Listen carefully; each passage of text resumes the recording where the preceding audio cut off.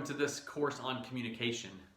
We've titled this Communication Gets You There because we know that when certain principles and beliefs about communication are accepted and applied, it literally creates a dynamic pathway between where you are and where you want to go with your life. Communication is the roadway. It is the tool that you need to get there. I don't know if you've ever thought about a world without communication, but if you look at this picture, this is a picture of an intersection. And in this picture, you're noticing that there are horse and buggy mode of transportation mixed in with the introduction of the automobile. And what you notice here is that there's no stop sign or stoplight installed. And because there's no stop sign or stoplight installed, everyone's just going by their own agenda. They're not being vetted or called to stop and consider where someone else wants to go. And the result is absolute and utter chaos. Communication is so vital in our lives. Understanding it, applying certain beliefs about it, change everything in the way our life works. Being the father of 5 children, I am no stranger to being frustrated and anxious when a little baby, infant, or a toddler is in pain and they're hurting, and maybe you feel their forehead, maybe they've got fever, but you can tell by their cry that there's something hurting, and they are not able to tell you where it hurts. Now, for a parent, this is rough. This is rough. You just sit there and say, "Oh, I just want to take the pain on me so they won't have the pain," but I can't even understand what the pain is to start with. So you call the doctor, call a friend who's a nurse, or whatever steps you take to say, we've got to figure out what the problem here is.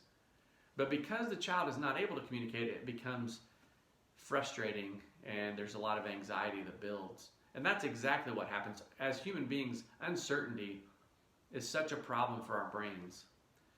And learning principles about communication can really change the outcomes of your life when learning to communicate. So we've got 5 principles that we want to share in this first video of introduction before we take the modules that explain your style of communication and the style of the people around you.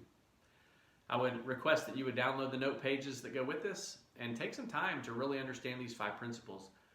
These 5 principles are going to be as revolutionary for you as the content that's coming afterward. The first principle that we want to cover today, that we want to talk about, is you and I were designed for communication. It's the makeup of our lives. It's the thing that we were made to do, to send and receive signals.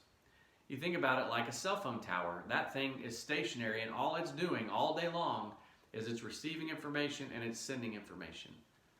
And we just happen to have legs and mobility and a brain to process all of this information, but we're the same. We're walking around every day, and all we're doing all day long is sending and receiving information. If you look at this diagram that I'm putting up called the Stick Person by Dr. Thurman Fleet, we can use this as a simple tool to understand what's happening. We are using our 5 senses, our touch, our taste, hearing, smell, and sight to take in and receive information.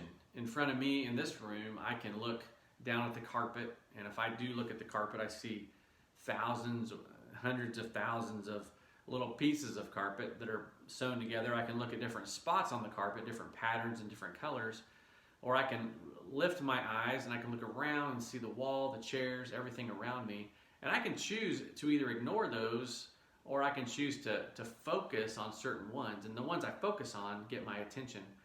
And then once I focus on the information that's coming in, I can decide if it lines up with what I want, with the beliefs I already have, with the goals that I want to achieve, or I can decide to dismiss it, ignore it. And if it's negative information, if it's a total clash with what I've already learned and already know, then that clash in information, that negative signal, causes me to make a weird face, squint my eyes, give a dirty look, and I've seen this a lot when I speak to audiences. If I'm saying something that does not jive with their belief system, if I say something that's new And it's not in congruence with where they've already been in their mind. You get this face that translates back, hey, this didn't match. this isn't working. Can you explain it a different way? Or I didn't like what you just said. So no matter what it is, we're using our five senses always to constantly gather information to send and receive. And we know if there's a mismatch or a match. I really like to share the idea of a lemon. If I were to take a lemon slice right now and just chomp into it, just put my teeth into it, just sink my teeth into that lemon, there's a really high percentage chance that if you've ever bitten into a lemon slice, that your body and your cells, the cells of your being, are all going to converge to communicate a scowl. Your eyes are going to shrink, the sides of your eyes are going to get wrinkly, your cheeks are going to lift, because you have experienced that. And so the communication that's coming into you, you are matching that back by sending a signal back.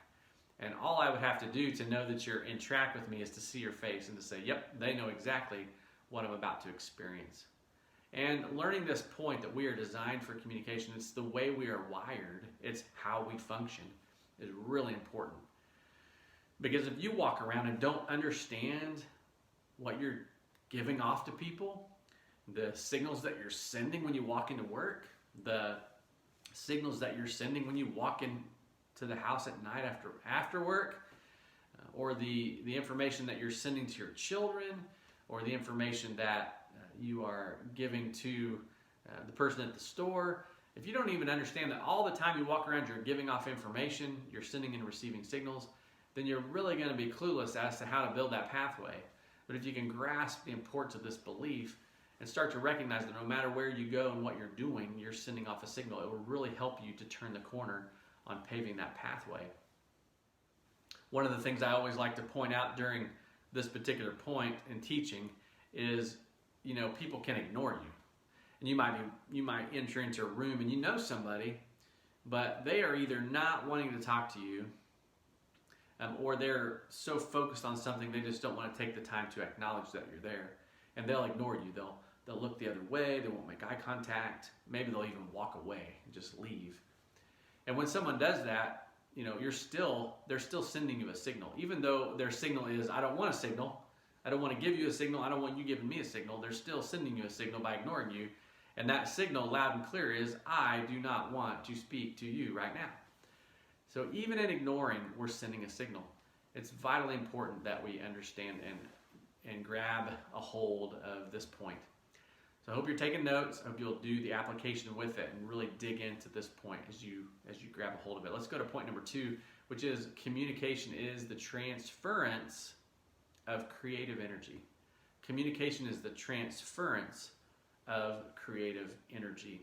Everything in this world is filled with energy. In fact, there's 2 components that make up everything around us, and that is matter and energy. Everything around us is filled with energy. And the chair I'm sitting in may not look like it's moving to me, but if I were to examine it on a close enough level through a microscope, I would see that the particles that make up this chair are, in fact, moving. They are filled with energy. Now, the energy may not be fast enough for me to see it moving, but it's still there. I would have to take my hands and take the back of this chair, pick it up, and move it if I wanted to see it move. But that does not negate the fact that it is always in motion. And when we communicate, when we speak, when we send a signal, we are transferring creative energy. And that energy can be destructive or constructive, depending on the signal that we send. In fact, everything that you have around you was first an idea.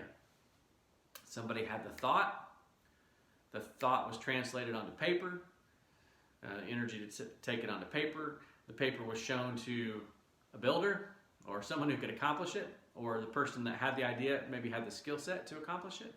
That person took that energy and created with it the thing that you see before you now. So it went from the energy of an idea to the energy of an idea shared to the energy of an idea shared, put into practice and created before you.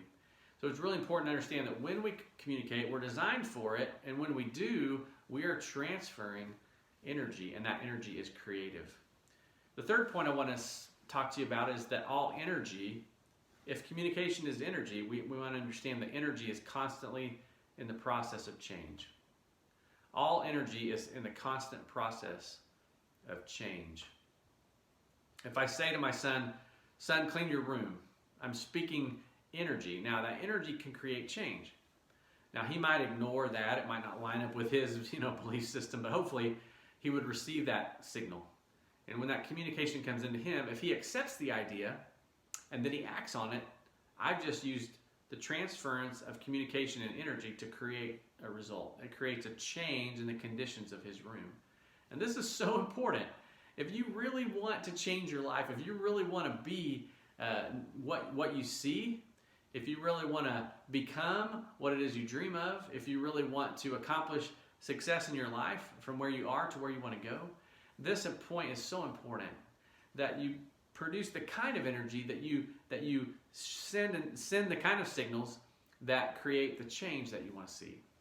So not only are we designed for communication, not only is communication the transference of energy, but that energy is creative. And so we are the cause. We are causative forces to make change. And again, sounds so simple, but most people never take the time to understand this. And if you understand it, then you're so far down the road on vetting the things that you're sending, the things that you're giving off. And if you're sending those signals, you know that they're creating change for the future. I really like the picture of a glass of water.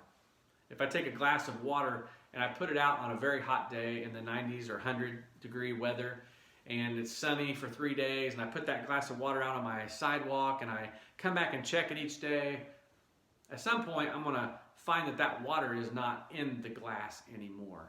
And we say, "Oh, the water disappeared." No, it just changed. The energy of the water changed. The sun caused a chemical reaction that evaporated the water into the sky. The water is up there somewhere until it accumulates into a cloud. The cloud becomes full and it drops the rain, the same water that was in my cup, back to the earth. And it's simply energy in the process of change. When we speak, when we communicate, we are constantly in the process of changing. We transfer creative energy, and that energy leads to change. Number 4 is our words lead us. Our words lead us. If you want to be a good leader, pay attention to the words that you're speaking. Because over and over and over again, every single day, you speak words that then commit you to follow those words. We have creative capacity, and our words lead us. Now, my point here is not just that our words lead us, but it's important to choose the words that we offer, because if they are leading our lives, we want to make sure that they're integrous and they match who we are. And the 5th point that I want to make for today, and the final point in this introduction video, is that communication is simply the greatest tool that we have as humans. Everything that you see, everything that exists on this planet happened because of communication. Communication allows us to create civilizations, to destroy things, civilizations, to bring horrors of evil on people, or to bring the greatest good. And every day we wake up, that's who we are. We are communicators, the greatest tool we have. And so we're going to take some time in the next modules to understand your own personal communication style. How do you communicate? What motives come up in you to cause you to want to communicate in such a way? You're going to learn a whole lot about yourself. You're also going to begin to learn, how do you tell who the people in the room around me, how they communicate? What can I do to get clues about how I can make that powerful energy, creative energy of communication between me and the people around me the most effective?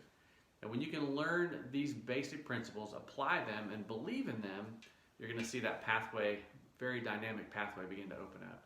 And your life's going to move very, very quickly towards that preferred future.